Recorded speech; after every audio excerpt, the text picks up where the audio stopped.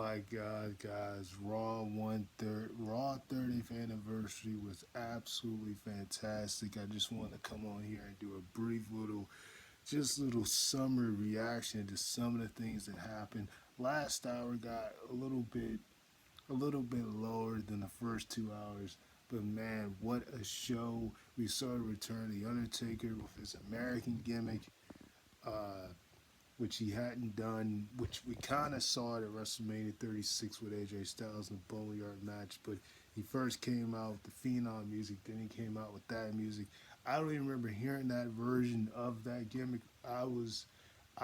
For some reason, only thought, was so used to the Keep Rolling theme and the You're Going to Pay theme that I didn't think he was going to come out with that theme. But that's what he did. He came out with that theme when LA Knight was calling out one of the legends to challenge him.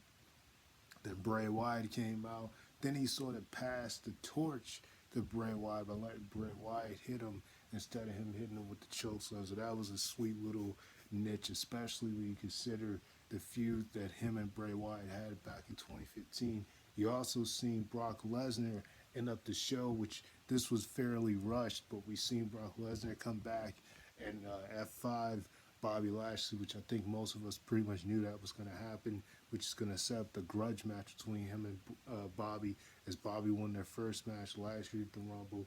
Um, Brock won their second match at Crown Jewel last year, and after he basically countered the Lashley lock and pinned him while still being in submission.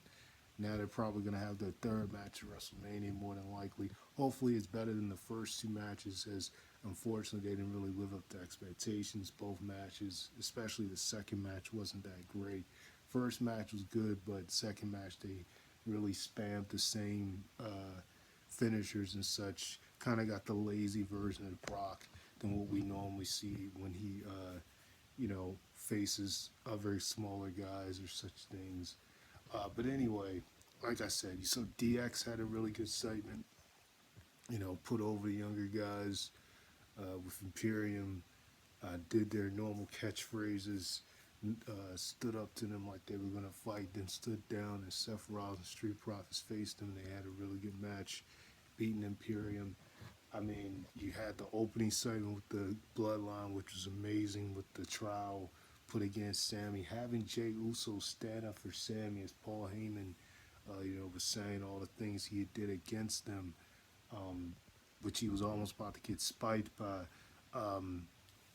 Solo Sikoa, but he was actually saved by Jey, the same person who, for the longest time, had despised uh, Sammy, which started to make you wonder. I mean, I'm more in favor at this point of just seeing Sammy be the one to turn on them than them to be the one to turn on Sammy, as that would be more obvious. Or this could go in a direction where perhaps one of the ones that you wouldn't expect, perhaps Jimmy, especially when we seen what happened when he took his place in the tag match when he got injured, which for a second it seemed like it was actually a legit injury, but then we saw with Adam Pearce coming out, having him sub for Jimmy.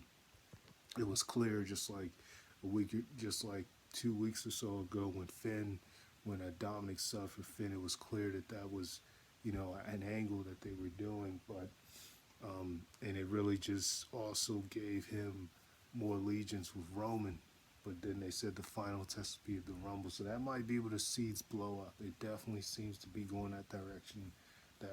That likely will be the period where he's exiled from the group, or perhaps he might just get tired of seeing them go after Kevin and stand up for Kevin. So that should be interesting how that goes after the Rumble. But overall, and that took up majority of the show, first hour, almost that whole thing, and then their match with Judgment Day, heel versus heel. But you know, because of the way with all the unpredictability, it really seemed like Judgment Day, especially when Sammy got in there after Jimmy got injured, um, and was selling his knee or leg, and was taken out. It really seemed like they were going to lose the belts, the Raw tag belts, but that wasn't to be, and they ended up retaining. So that was a nice little subtle story that was told throughout. It was a shame we didn't get Becky and you know and Bailey matches advertised, but it seems as though because of time reasons they didn't do that match, and with the way it was booked, put together, you would have thought we would have got it, but instead we just got a beat down on Becky, and we didn't get the match. Which is sad. We consider how much they put into it.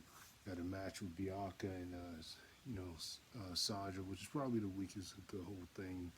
After Rick basically called for his daughter to come out, Charlotte, then you had that match, which could have been scrapped. But majority of this though was a really, really good anniversary. I mean, when you compare it to the 25th anniversary they had, this was more about putting the younger guys over. You had the legends, you had those from previous, years of Raw, but they didn't overstate their welcome, and they didn't overshadow the wrestlers that's out there today. So I thought it was definitely a lot better with this, but at the same time, you could also tell that they were cramming in just a little bit too much with some segments, which unfortunately prevented some stuff from happening. It caused the show to be rushed towards the end with the Lesnar thing, especially when we continue to see the seeds being planted of the Hurt Business reuniting, and perhaps this could finally be the period where Bobby finally listens to MVP again after seeing Brock screw him out of the title yet again, because that was how he lost the U.S. belt to begin with, after he got screwed by Brock Lesnar doing his match with Seth Rollins, and then he got screwed here again, winning the belt back. So you could definitely just see how they're gonna go with that whole thing. But it just overall, I definitely thought the whole thing with DX and Kurt Angle was funny. It was just like, why is Kurt? When I first seen Kurt Angle, I was like, why is he out there?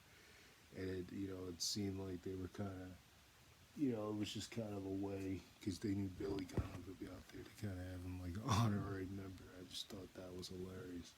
And of course, he refereed for the 6-man tag. You had Diego Long, make the match official. You had, Triple H make the inside reference about his hard to book things, and he said he was tired after he looked at Gunther in the face.